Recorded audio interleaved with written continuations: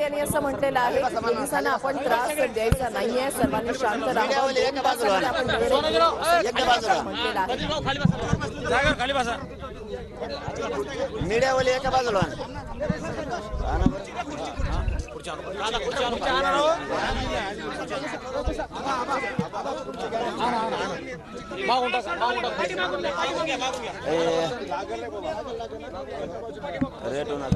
तर संचारबंदी लावण्याचे नेमकं कारण काय, आणि त्यांनी पोलिसांना सुद्धा असं विचारलेलं आहे की संचारबंदी उठणार केव्हा.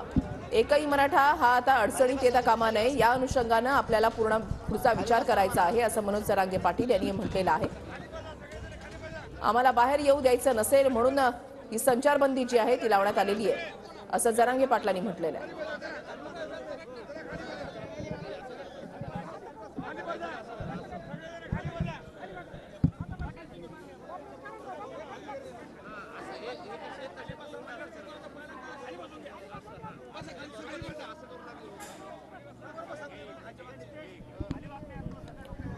तर 2 तासामध्ये आपल्याला निर्णय घ्यायचा आहे. बैठक जी आहे ती अंतरवाली सराटीमध्ये होणार असं या ठिकाणी मनोज जरांगे पाटील यांनी म्हटलेलं आहे. आम्हाला मुंबईकडे यांना जाऊ द्यायचं नाही आणि त्याच्यामुळे संचारबंदी लावण्यात आलेली आहे असं मनोज जरांगे पाटलांनी म्हटलंय.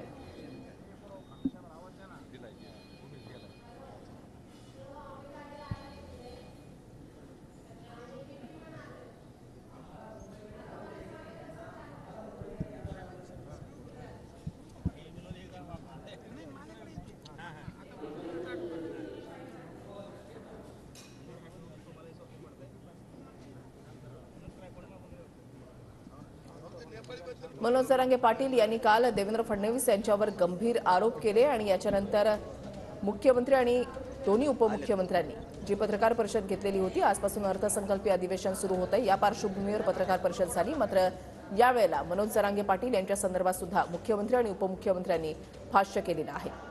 फडणवीसांना राज्यासह देशामध्ये आपण अडचणीत आणणार असं मनोज जरांगे पाटील यांनी म्हटलेलं आहे. फडणवीसांना पुन्हा एकदा त्यांनी इशारा दिलाय.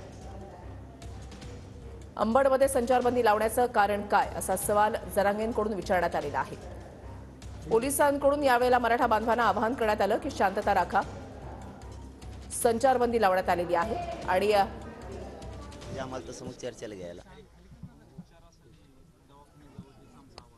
मला तर काही झालंच नाही. माझा झाला एक प्रश्न, समजा आता जनतेबद्दल सहकार्य म्हणून काय आम्ही आमच्या काय भूमिकेत नाही ना, दवाखान्याचं मला काय झालंच नाही. पण हे आता लोक सगळे वापस पाठवायचे आहेत सगळे, आणि आम्ही मुंबईला केव्हा जायचं आता. आपण काय करा बरं का, पोलिसांचा आणि कायद्याचा मान सन्मान म्हणून त्याचा जाऊ द्या. सगळ्या राज्यात शांत राहायचं, सगळ्या राज्यात शांत.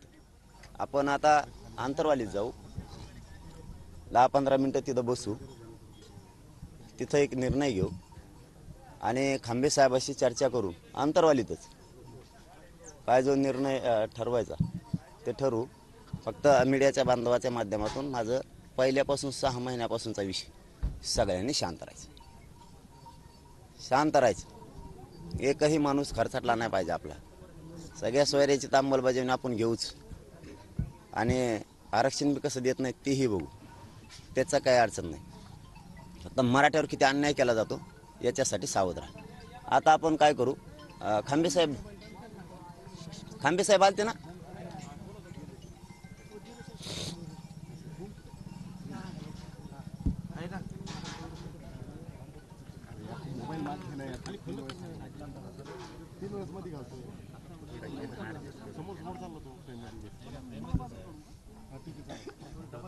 पाटील मग असं म्हणायचं की टूर तर मुंबईचं तुम्ही स्थगित केलं. आणखीन नाही, पण काही परिस्थिती बघून शहाणी भूमिका ही घ्यावा लागते.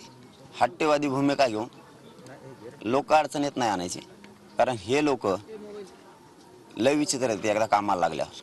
हो, त्यामुळे शांतता ठेवणं होते ना खांबे साहेब.